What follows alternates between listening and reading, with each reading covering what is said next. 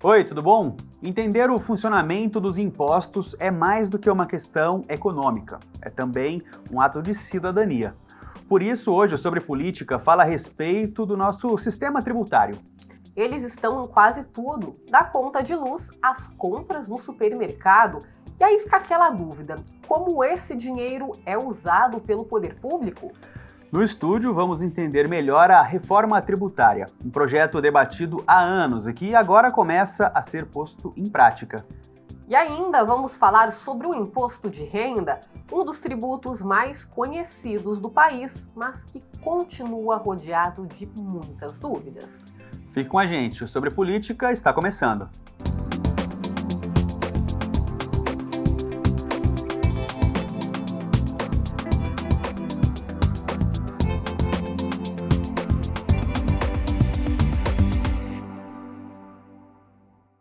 Olha só, você pode até não se dar conta, mas com certeza paga imposto todos os dias. Eles estão no pãozinho da padaria, na conta de luz, no abastecimento do carro e até na recarga do celular. Sem dúvida. E não para por aí, não. Tem o IPTU no começo do ano, o IPVA, imposto de renda.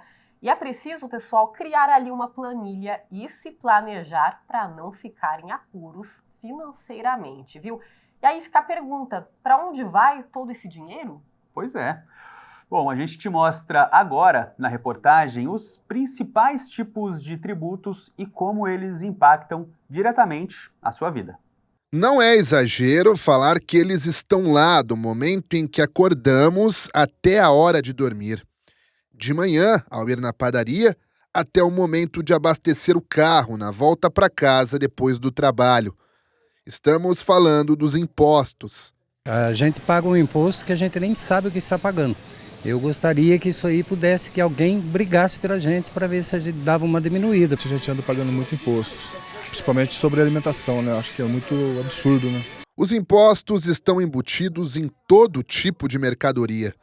Eles servem como uma forma de arrecadação do Estado, seja a nível federal, estadual ou municipal. Tudo o que entra, a máquina pública tem a obrigação de aplicar em melhorias para a população. Em serviços, em saúde, em serviços de saúde, em serviços de segurança, em serviços de manutenção, em serviços de estradas. Então, essa é a natureza dos impostos que a gente paga. O Brasil tem uma carga tributária de mais de 90 impostos, cada um deles com uma função específica.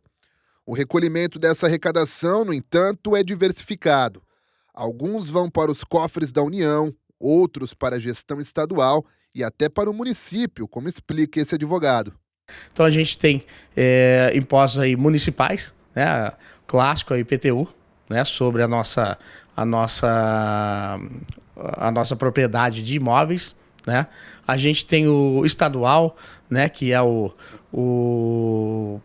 que a gente recolhe sobre o veículo automotor, o IPVA, né, que a gente recolhe todo o início de ano, e a gente tem o imposto de renda, né, que é um imposto da União, clássico aí, que a gente todo ano tem que recolher. Mas se o imposto é embutido nas mercadorias, esses que pagamos automaticamente ao comprar alguma coisa podem passar despercebidos da população, não se pode dizer o mesmo daqueles que são obrigatórios. O IPTU para quem tem algum imóvel, o IPVA para quem possui algum veículo, além do imposto de renda cobrado de quem tem uma renda anual superior aos R$30 mil.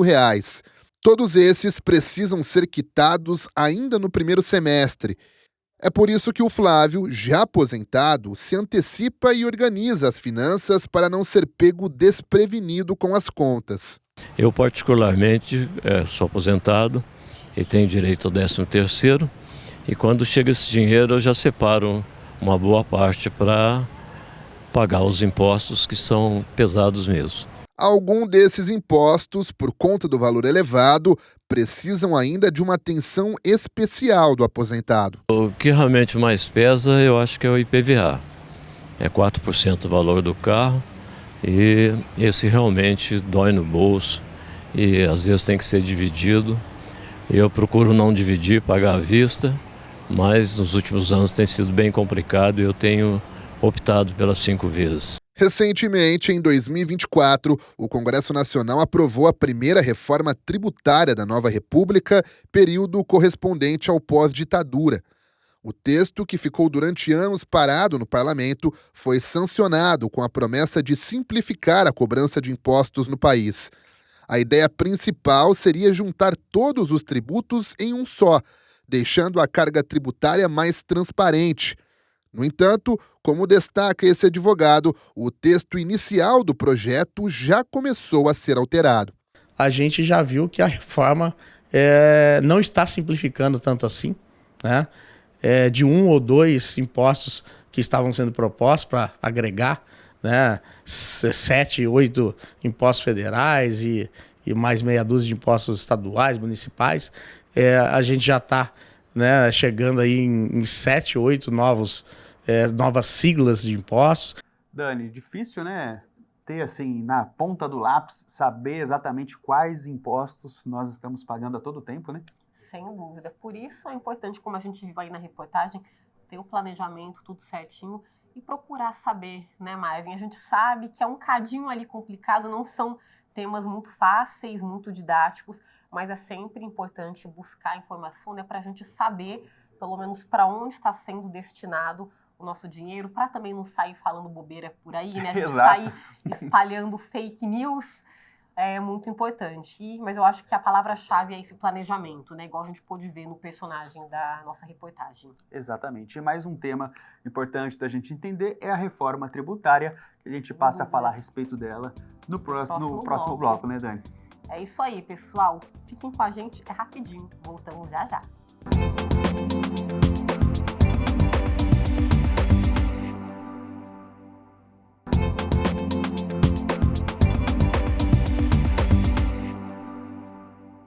Voltamos com o Sobre Política. Bom, a reforma tributária é discutida há décadas, né, Dani? Em 2023 ela foi aprovada e começou a sair do papel. Mas o que ela muda na prática, na vida dos contribuintes? E para entender um pouquinho melhor o que pode melhorar e tirar também algumas dúvidas, a gente conversa agora com o advogado Rafael Spadotto. Rafael, seja muito bem-vindo ao Sobre Política. Muito obrigado pelo convite, é um prazer estar aqui para discutir um tema tão importante e que impacta na vida de todos nós, né? E agradeço pelo convite novamente de poder prestar alguns esclarecimentos para a população em geral nessa bancada aqui. Mais uma vez, obrigado. E Rafael, como o Marvin falou na introdução, em 2023, após décadas de discussão, foi aprovada a reforma tributária, com algumas mudanças, né? Por exemplo, aprovaram um novo arcabouço fiscal para poder ali controlar um pouquinho os gastos, o teto de gastos públicos. Além disso, explica para a gente de uma forma didática, né, o que mais mudou, o que vai afetar diretamente na vida da população. Muito bem, Dani. A questão da reforma ela é vista sobre um contexto geral, né? Porque a reforma tributária, ela, que hoje foi aprovada e começa a valer efetivamente para o ano que vem, ela é uma reforma sobre o consumo. Mas a gente também tem, nessa discussão, uma reforma sobre a renda, né? Que é aquilo que as pessoas recebem de salário, às vezes um aluguel, alguma receita para a sua própria existência, e também uma reforma sobre a propriedade, a tributação sobre a propriedade. Então a reforma tributária ela tem que ser vista sobre um contexto mais amplo. Mas hoje, o que começa a realmente valer? A reforma sobre o consumo. Basicamente, o que é a reforma sobre o consumo? A gente tem a extinção de alguns impostos, alguns a gente chama de tributos, né, que hoje são pagos pelas empresas e também pelos consumidores finais, que é o ICMS, o ISS e 3 tributos federais, o PIS, a COFINS e o IPI. Em substituição a esses 5 tributos, vão ser criados 3. O IBS, que é um imposto sobre bens e serviços, que vai ser cobrado tanto por estados quanto por municípios. A CBS, que é a contribuição sobre bens e serviços, que vai ser um imposto um tributo federal cobrado pelo governo federal, e um imposto seletivo que vai substituir o IPI, que é o Imposto sobre Produtos Industrializados. Normalmente um imposto que vai acabar incidindo sobre o quê? Sobre produtos que traz um impacto ruim para a saúde humana, para o meio ambiente. Então esse imposto ele vem para substituir o IPI, que é um imposto pago sobre produtos industrializados. Essa é a essência da reforma. Uma reforma que, como vocês pontuaram, começou, né, há mais de 30 anos, mas efetivamente só ganhou corpo em 2023. E agora a gente vai estar o quê? A gente teve a aprovação de algumas leis, né, especificamente a Lei 218/2005, que é a lei que vai complementar a modificação que foi feita onde? Numa outra lei chamada de Constituição Federal. Ainda há uma discussão, uma segunda discussão no Congresso, de um outro projeto que vai ser, digamos assim, o cardápio oferecido para a população para complementar as mudanças que foram feitas na rotina das empresas e no dia a dia das pessoas. Mas efetivamente quando ela começa? A partir de 2026. E ela vai passar por um período de transição, ou seja, ela vai passar por um período até 2033, que é quando todos esses 5 tributos eles vão ser gradativamente extintos para que ocorra o quê? A vinda dos novos que foram criados. Então, essencialmente, é essa discussão que a gente tem hoje. E, Rafael, como isso chega para a gente, principalmente pensando no bolso, né? Uhum. O caminho dessa tributação, essa mudança, é mais um passo a passo de um processo de modernização, né, do caminho que essa tributação vai fazer, ou isso vai ter uma consequência para a gente em relação a finanças, né, de que impacto vai ter no bolso? Boa pergunta, acho que sim. A reforma, é preciso desmistificar um aspecto da reforma. Sim. Ela não foi criada com o objetivo de trazer uma redução da carga tributária. A reforma ela foi criada com o objetivo de simplificar um pouco o modelo pelo qual as empresas apuram e pagam impostos. Então, nesse aspecto, ela é boa. Por quê? Porque hoje, se a gente for verificar, são mais de 5 mil legislações quando a gente olha, por exemplo, para o ISS. São mais de 27 legislações quando a gente olha para o ICMS. Então, o que existe? Existe uma insegurança jurídica muito grande por quem compra, revende e por quem também acaba adquirindo o produto final, como nós, né, consumidores. Então, a reforma, sim, foram feitos diversos estudos setoriais. Um deles eu tive acesso, foi feito um estudo pela Câmara Brasileira da Indústria da Construção Civil, a CBIC. A CBIC ela trouxe, dentro do projeto da reforma, um estudo para verificar qual que seria o impacto financeiro na compra de imóveis, por exemplo. E aí há um estudo dizendo o seguinte, que imóveis, por exemplo, com imóveis mais populares, digamos assim, não aqueles de alto padrão, os de luxo, Sim. Eles tendem a ter uma diminuição no preço em função das discussões e do texto que foi aprovado para o mercado imobiliário. Por um outro lado, a gente também tem uma perspectiva da redução de alguns preços, de alguns serviços também. Por quê? Porque a reforma ela traz alguns segmentos que foram favorecidos por uma redução de alíquota. Então pode acontecer, por exemplo, na questão de planos de saúde, a questão da prestação de serviços de educação, a própria questão de dispositivos médicos também, onde você tem uma redução da alíquota e pode acontecer de você ter o quê? Uma redução do preço do produto e isso beneficiar daí, né, vocês, eu e todo o resto da população também. Então esse é um aspecto também, né, onde a gente poderia ter o quê? Um alívio de preços e também no caixa das empresas. Por quê? Porque as empresas, no final das contas, elas compram produtos também para que elas possam produzir outros produtos, né? Então isso é um aspecto que pode, né, com o tempo, favorecer a economia, se em comparação com o que existe hoje, sim. Uhum.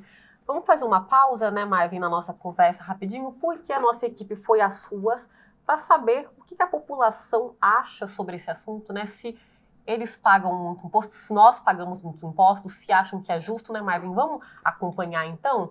Doutor, e aí a gente repercute aqui no estúdio. Você acha que o brasileiro médio, assim, paga muito imposto? 17%, né, cara? É muito grande, né? Eu mesmo, pô, eu pago de imposto no final do ano, fica pro governo R$ 1.700, R$ 1.800 do meu dinheiro, entendeu? Nas mercadorias eu achava que deveria ter menos imposto, né? Pelo menos no básico. Você acha que o brasileiro, assim, se paga muito imposto no dia a dia? Demais. Demais. Você vê em mercadoria. O que a gente paga é mais imposto. É uma percepção geral, realmente, e sob certo aspecto eu sou obrigado a concordar com as opiniões também dos telespectadores. Por quê? Porque a forma como é feito hoje o cálculo dos impostos, ela é um pouco diferente, né, do que vai ser. Sim. Porque hoje o que acontece? Quando a gente vai comprar, por exemplo, um equipamento, um celular, o vendedor do celular ele acaba embutindo no preço final o valor dos impostos que ele foi obrigado a pagar para que aquele produto pudesse chegar na prateleira da loja. Então isso é uma situação muito ruim e no final das contas, quem acaba pagando por essa conta realmente somos nós.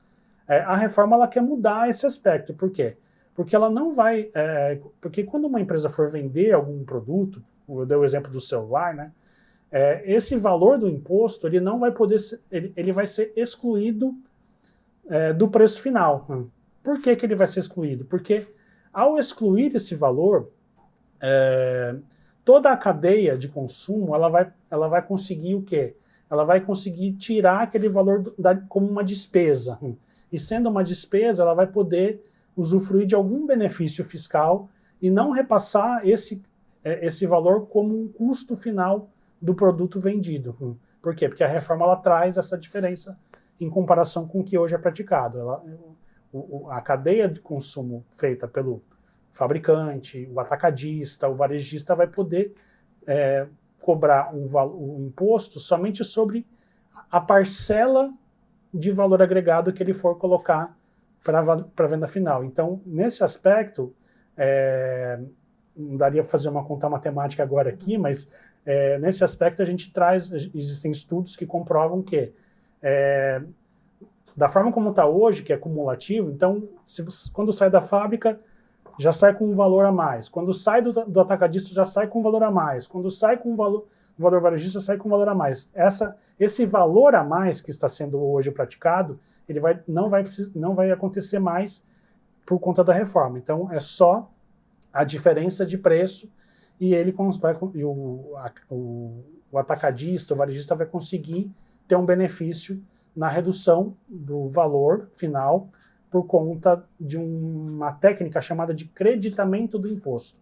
Então ele consegue ter uma economia em cima disso e não precisa passar esse valor para o parceiro seguinte e, consequentemente, para o consumidor final também. Então é uma tendência de melhorar a forma de cálculo que hoje se aplica, né?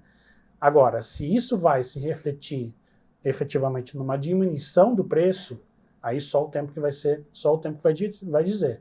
A gente não pode dizer que, num primeiro momento, haverá redução de preços por conta da mudança do sistema de apuração de impostos, contribuições. Mas há uma tendência para alguns segmentos, como eu disse agora há pouco, de que essa diminuição ela vai acabar vindo sim.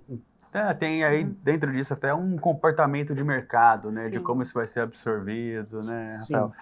Agradeço sua presença aqui no Sobre Política, mais Muito uma obrigado. vez, sempre esclarecedor, né, Dani? Sem dúvidas. Muito obrigada, viu? E fica o convite para voltar outras vezes. Eu que agradeço mais uma vez e espero ter contribuído um pouco para melhorar. É um tema espinhoso, complexo e que certamente vai trazer impactos, mas a gente espera que sejam impactos positivos, né, e não negativos. Sem dúvidas. Sem É dúvida. o nosso papel aqui do Sobre Política também de trazer esses temas, né, Mário? Esclarecer Pra que esses fique assuntos, mais né? didático para a população, porque a população precisa participar, tá por dentro de tudo isso que está acontecendo, né? Sem dúvida nenhuma. E a gente continua falando disso daqui a pouco, mas agora chegou a hora de mais um intervalo aqui no Sobre Política. A gente já volta.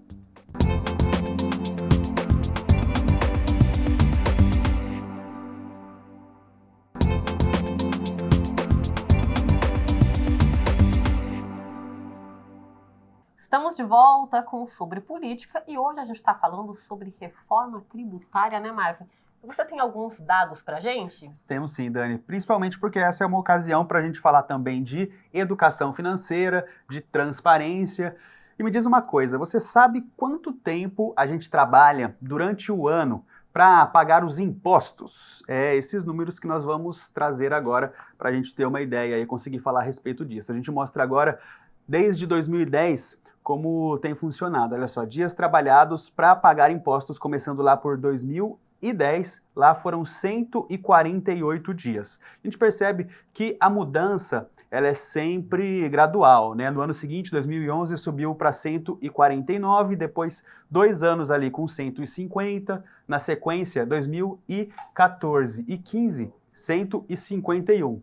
E olha só, de 2016 até 2019, foram 4 anos de estabilidade, 153 dias. Mas se a gente pensar a médio prazo, vai sempre tendo um aumento ali, né, de pouquinho em pouquinho, mas depois uma queda até chegar ao que a gente tem hoje, 2024, 149 dias, chegou a ser aí 147 dias trabalhados, mas agora nós estamos na casa dos 149 dias trabalhados como carga tributária anual aí, né? E é interessante a gente pensar nessas variações, né, Dani? E como a gente percebe isso também, um momento de perceber isso, por exemplo, é no caso do imposto de renda, né? Sem dúvida. Só um comentário. Que coisa, né? Quase 5 meses. Mas você falou sobre o imposto de renda. Como que é feito esse cálculo, né? Como que é a base? Quem de fato precisa declarar? A gente vai responder essas perguntas na reportagem a seguir. O leão da Receita Federal é o pesadelo de muita gente, principalmente no período de entrega das declarações do imposto de renda. Mas será que a população sabe para que serve esse imposto? Para as melhorias necessárias, né? Educação, saúde. Serve para educação, saúde e segurança, né? Que foi criado esse imposto. Porém, eu acho que ainda não é muito bem utilizado. Esse imposto deveria ir para algum órgão assim, da saúde, da educação, né? Agora, para onde, assim, geralmente, para onde que ela vai, já não... Né? O certo seria esse, né? Pelo visto, a maioria já entende quais são os principais objetivos do imposto de renda. Ele surgiu em 1914, enquanto o Brasil ainda se chamava Estados Unidos do Brasil. A medida tinha como objetivo obter recursos para o Tesouro Nacional. Hoje, o imposto é um tributo federal aplicado anualmente sobre a renda dos brasileiros.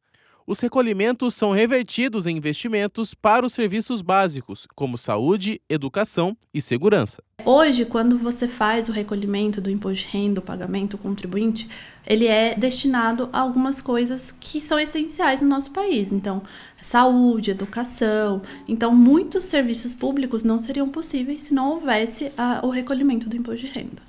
Atualmente, quem ganha até 2 salários mínimos por mês, o que dá R$ 3.036, não precisa declarar imposto de renda. Dessa faixa em diante, a tributação começa a incidir em faixas, podendo chegar até 27,5% da renda mensal. Para esta especialista, apesar de já ter uma estrutura bem definida, ainda há alguns pontos que podem ser trabalhados de maneira mais eficiente no imposto de renda. O que se discute hoje, né, também, além da tributação de grandes fortunas, são aquelas que são provenientes de investimentos, dividendos. Então, desde 95, eles são isentos. Então, hoje, eles não sofrem nenhum tipo de tributação, e o que causa um pouco mais de injustiça social, digamos assim. Porque quem acaba sofrendo mais, sendo mais atingido com o imposto de renda, são a classe média e os trabalhadores assalariados. E o Brasil não é o único país que cobra impostos sobre os rendimentos. Na verdade, essa é uma prática corriqueira de muitos países. Exemplos como o da Noruega, que é considerado o 3º melhor país do mundo para se viver, o imposto pode chegar até 47,2% da renda mensal, mas conta com isenção para quem tem rendimentos menores. Apesar da taxa máxima de 27,5% ser menor do que a de alguns países, para essa especialista, o Brasil apresenta uma aplicação do dinheiro recolhido pelos impostos de forma equilibrada. O imposto de renda ele é destinado a alguns serviços públicos essenciais no nosso país. Hoje, a saúde pública quase não existe em outros países, né? Então, a saúde é muito complicada em outros países, é muito caro. A educação pode ser muito melhor em outros países, porém, a gente tem que colocar na balança, né? Educação e saúde, precisaria ter uma igualdade ali, né? De entrega na qualidade do serviço. Coisa que não acontece em outros países. Então, a gente precisa olhar. O Brasil tem todos os defeitos, pode ter uma carga tributária alta? Pode, mas ele também entrega serviços que atendem muito a nossa população e que faz diferença, coisas que outros países não fazem. Um estudo do Ministério da Fazenda apontou que o Brasil tem condições para não cobrar imposto de renda para quem ganha até 5 mil por mês. Mas, para que a balança não pese demais para um lado só, uma das alternativas apresentadas é a taxação dos super ricos, camada da população que ganha mais que 50 mil reais por mês. A tributação de quem ganha menos que 5 mil por mês pode chegar a 27,5% da renda mensal. Já para quem ganha mais que 5 milhões por mês, a alíquota não chega nem a 6%. Para a advogada, essa medida pode ser efetiva na cobrança de impostos, mas pode afastar investimentos no país. Se a gente começa a tributar lucros, dividendos, o que hoje são isentos, né, de investimentos, a gente pode estimular uma evasão fiscal, um desestímulo nos investimentos e até mesmo a saída de dinheiro do país. Então, a gente precisa pensar que pessoas que realmente possuem grandes fortunas, para elas escolherem mandar o dinheiro dela para outro lugar, fixar uma residência fiscal em outro país, não custa muito, né? Então, a gente precisa pensar com carinho, sim, numa atualização, numa adaptação da tabela progressiva para a realidade do brasileiro, porém, a gente também precisa pensar do outro lado, para que a gente não desestimule o investimento dentro do nosso país e que a gente espante o dinheiro para outros países. Olha só. Dani, não sei para você, o imposto de renda ali, a época dessa prestação de contas é sempre um drama para mim, porque eu não me planejo durante o ano para fazer isso, então sempre fica faltando ali um documento, uma conta, alguma coisa para fazer essa declaração. É chatinho, mas não deixa para a última hora não, né? Às vezes deixa, às vezes não. Eu tento me planejar, mas confesso, às vezes esse ano, por exemplo, foi em cima. Mas não façam isso, planejamento, né, Marvin? Exatamente. Não sigam aqui os apresentadores. E é legal a gente reforçar também, porque agora está na pauta política, as emissoras também estão falando muito sobre a proposta da isenção do imposto de renda para quem ganha até 5 mil reais. O texto, gente, está passando ali por análise no Congresso Nacional e tem até o mês de setembro para ser aprovado, para que ele passe a valer já no ano que vem, em 2026, e a gente, é claro, vai continuar, né, vai ficar de olho nessa situação toda, e qualquer novidade a gente traz aqui, tem um boletim legislativo, toda a nossa programação com certeza vai tratar deste assunto, né, Marvin? Exatamente, um assunto muito importante, muito presente, claro que a gente vai falar dele, né? Muitos brasileiros, né? Isso. Bom, gente, esse programa foi interessante para a gente entender um pouco mais do imposto que, como a gente disse aqui várias vezes, está presente em todos os dias da nossa vida, né? Mas o Sobre Política também pode estar presente em todos os dias, né, Dani? É só acompanhar a gente lá pelo YouTube, que é o youtube.com/tvcâmara-sjc, o mesmo endereço das nossas redes sociais, @tvcâmara-sjc. A gente vai se despedindo por aqui. E ainda tem os nossos canais, 2.3, canal aberto, né? Além do 7 da NET e do 9 da Vivo. Pessoal, semana que vem estaremos de volta. Até mais! Tchau, tchau!